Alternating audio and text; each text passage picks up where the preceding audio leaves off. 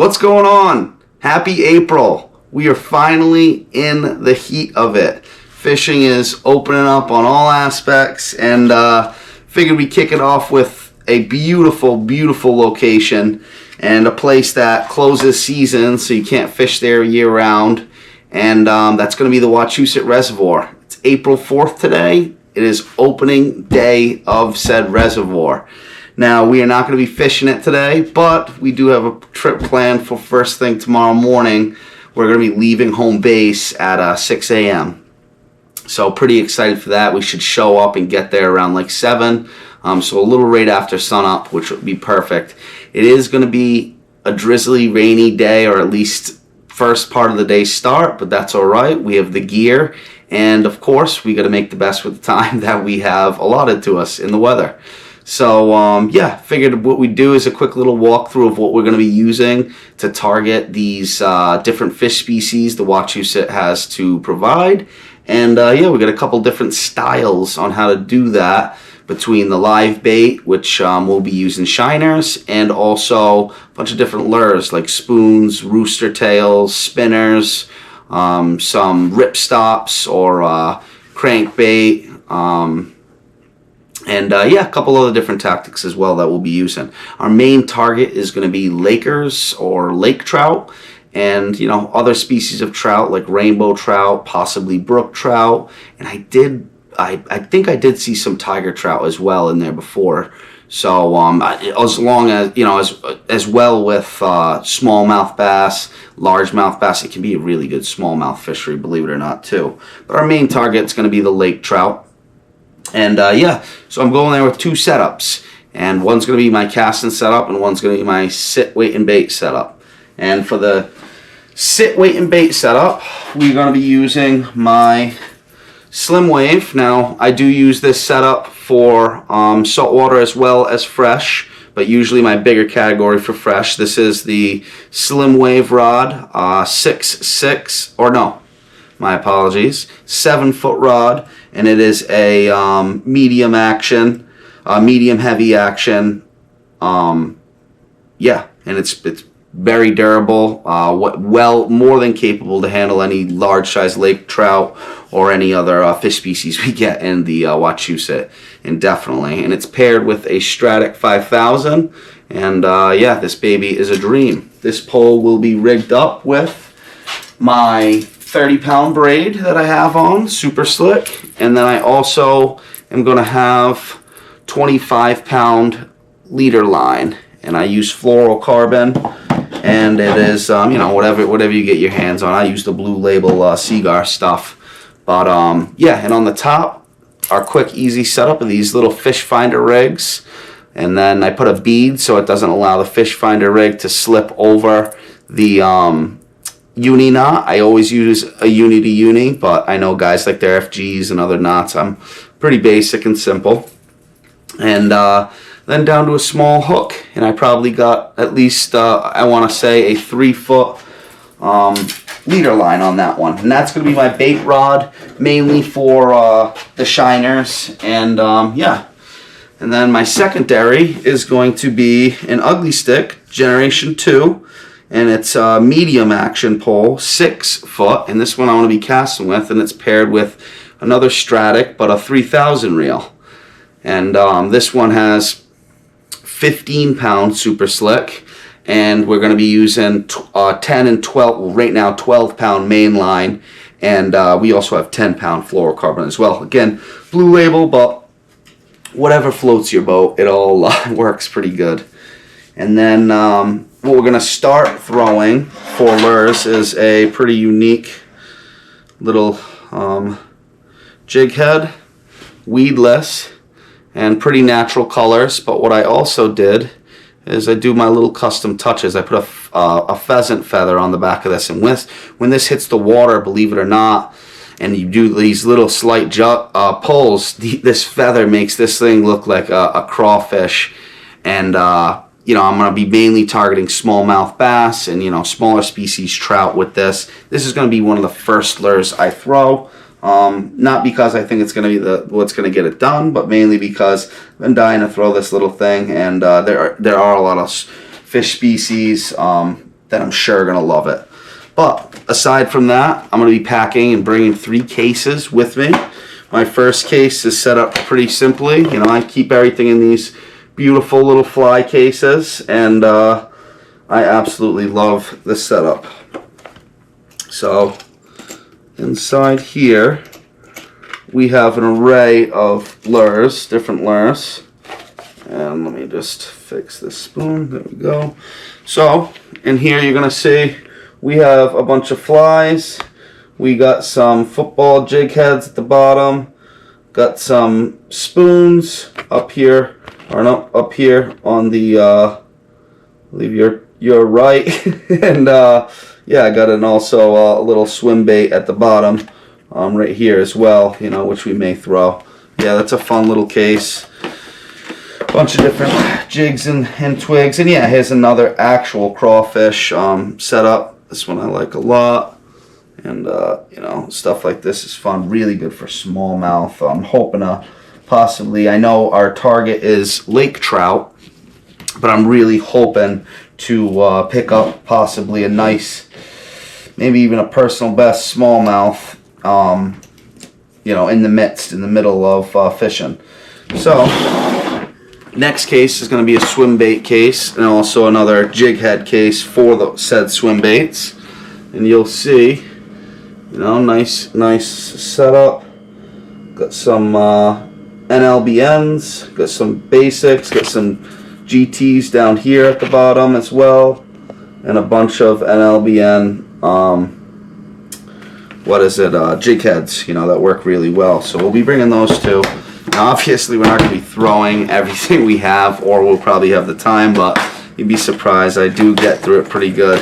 And our last case, but not least, it is also a utility case. It'll have extra beads, fish finder rigs, hooks, sinkers, but it also has a bunch of lovely stuff as well. And you know, we've got spinners up in here. We got you know, some top water, some crankbait, whoppy ploppers just in case, which I don't think it's time for that, but why not try it. Got a ripstop, you know, some swim bait stuff. Pretty more than well covered, I'd say, for this trip. You know, I don't want to overdo it, so I say that, probably already overdoing it, but that's what I'm going to bring. Whether or not I take out all these cases and lures, we'll see. Really, the shiner bite is probably going to be what keeps and holds us down pretty tight. So, and then what I'm bringing is one of my favorite plastic baits, especially this time of year. It's spring, we're in it, but it is still early. So I like these subtle, these Kitex, the paddle tail Kitex are unbelievable. The action on them is so realistic, and it's just yeah, I don't know what else to say about these things. The 3-inch, the 4-inch, these things are awesome. So I will be bringing up the only soft plastic extra one that I have, besides the stuff I already have rigged up, are going to be these things. And you can see the color on them as well. You know, these are just unbelievable. And 4-inch, I will have some 3-inch with me as well. And then the only other 2 items I'm going to bring, besides all of my, you know, fish camera gear and stuff like that I bring with me now, is going to be some backup leader line. And I got some 25-pound and some 12-pound, just in case those guys need to get replaced. Well, I hope next time I'm talking to you guys, we are on the water at Wachusett with our first fish on the line. And yeah, it's, again, good to have you all here. Please take the time to like, and if you haven't already, hit that subscribe button.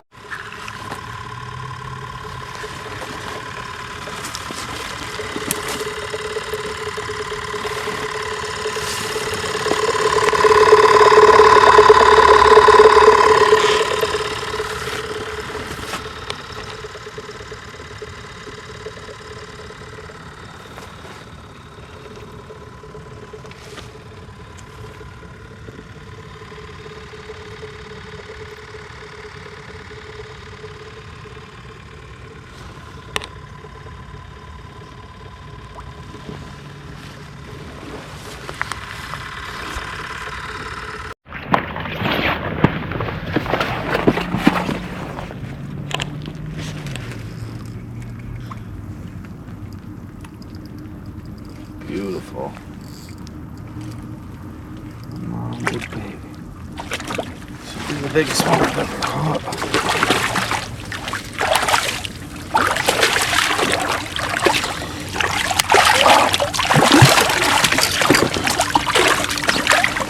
Right in the shell. Right in the lip. Look at that. It didn't even hurt him. Beautiful fish. Alright. Easy. I'm gonna try to step her up to you. Any chance? Yeah, you know what? I'm in rubber, so it's not gonna hurt this fish at all. Let's put it right here.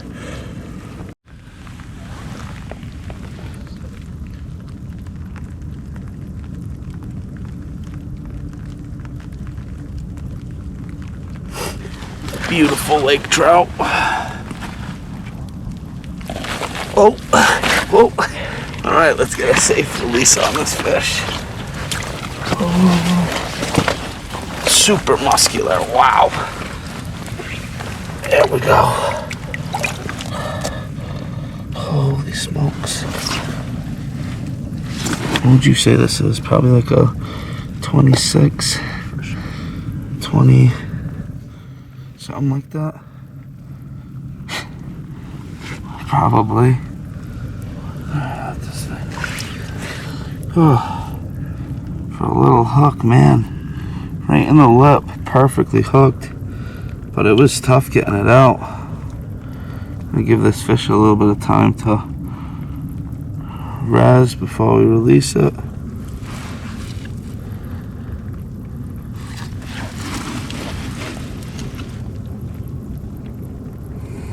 What a beautiful fish. All right.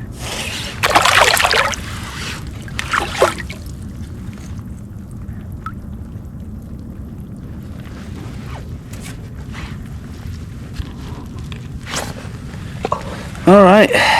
And yeah, pretty sweet. Good morning.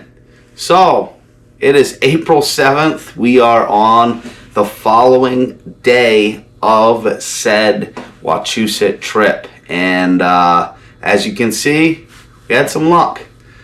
When we first arrived, we were surprised. I mean, it was 7 a.m. and just to a really good wake-up call for us, really, to start the season. Opening day, which in the earlier part of this video I said was April 4th.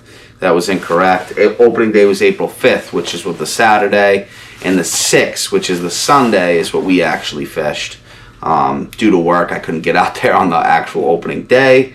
But as you could see, you know, drizzle, rainy. When we first got there, it was raining pretty good. I know the camera doesn't really pick up too much of that, but yeah, we had hiked probably a good 5 miles in to our location finally. And you know, we're still trying to figure out this this fishery the best we can. We do have a good amount of experience here, but you know, when you first go in there, you really gotta know where you're headed. We don't like to fish the front portions off the bridge. You know, we like to get away from people if we can. But believe it or not, we went there. We got there, arrived at 7 a.m. and it was already packed. I'm talking by the second gate, we probably passed 40 guys that were all out there fishing already. So that was a little damper on our day. Couldn't park where we normally parked or go through the first gate access that we're used to. But nonetheless, that didn't stop us. We trailblazed our way through and finally got to our favorite spot, the spot we really ended the year with last year, fishing there late December. We got on some nice lake trout, and sure enough, we get to our spot finally after that 5-mile trek through muck. You know, I mean, some really wet conditions. The trails were pretty much muck, and yeah, we get there and there's probably at least 3 fishermen staked up, you know, near our spot, and then there was one who was on our spot. So we were, you know, didn't let it get to us. Decided to go off of, you know, have our spot in line of sight because we really wanted to fish it, hoping that the weather was going to push some of these more yellow belly fishermen out. Which, hey, you know, I ain't judging anybody for that. Everybody is their own beast, so, you know, we can all handle and hack a little bit different type of weather conditions, and we're all dressed, differently too. It really depends on your gear a lot of the times as well, what you can handle and take out there. But nonetheless, we were in a spot way off to the left, probably about 100 yards away with our spot in still visibility. We just no luck. We were probably there for 3 hours just wishing this guy would be done casting, and sure enough, fish after fish, we watched him probably catch 3 nice lake trout. We could actually see some swirls too off in the front of our spot we usually fish, and we knew it was just it is location. You really want to get to deep water there, and we've scouted and picked our deep water spots. So, but nonetheless, we finally said our last little prayer, did our last little jig dance, and sure enough, that gentleman, I would have never with the bite he had, but he started to pack up his stuff, and the second he did that, he slipped away. We snuck right over there as fast as possible. We were trying lures, like I showed you. I had all my lure cases with me, all different types of lures. That guy looked like he was catching most of his fish from lures. But we knew realistically we're there mainly for the shiner bite, to really bring in some of those bigger fish and not even play around with the subtle bite this early. And sure enough, we get there, I put on a shiner, I throw it out, running up to set up my second rod. I turn over my shoulder and that thing's just hopping like this. So, and that's the fish you saw me catch. It's probably like a 24 to 26 inch lake trout. To estimate the pounds, I don't know. I would say anywhere between like 5 and 8, maybe. I would say something like that. But nonetheless, beautiful fish, great catch. Super excited. I was able to get on that fish. We did get a couple of other bites on shiners as well. My buddy Nate that I was with, he did get a good hit on one, but unfortunately we missed those next 2 fish. It happens, kind of the name of the game, and sure enough, after that, the bite absolutely turned off. So by about 2 p.m., we were heading out of there. A total of probably like 4 hours of actual fishing for that one quality fish, and a couple of opportunities on some good fish with the shiners. I did, again, go through all my lures, especially once we got to the spot we like to fish. I threw everything, I could, and didn't get any action on it, but I do believe we missed that bite. It was right around, it seemed to, right when the rain started cooling back, the bite actually died down, which was pretty interesting there. But I hope you guys all liked the content and the watch, and I hope you're all having a great start to this week. It is Monday, April 7th, and it's going to be a beautiful day out there today. And sorry about that, what I'm reaching for, but looking forward to what's to come this week, and hopefully we'll get out to Wachusett on another trip for you guys again, show you some different things, different tactics on how to catch, and maybe target some smallmouth there when we're there too. But now that I'm on to these bigger lake trout, that one was at least a pound or 2 bigger than the last one I caught there late in the season last year. I'm pretty addicted to that, so I'll definitely be making a few trips out there these next couple of weekends, and I'll keep you guys updated on that. Aside from this, we do have some exciting things coming up. We got our first couple of striper nights going for holdovers are going to be hopefully at the end of this week, and then towards the weekend we'll be starting to look at some tautog, aka blackfish trips, which is very exciting, hopefully for you guys. As usual, I appreciate you all watching. If you haven't already, put a subscribe on us and smash that like button. It is much appreciated. As much as I love doing this, lights a little fire inside, to keep me pushing for content like this. So if you like it, subscribe, like, and continue watching. Thanks, and have a great week.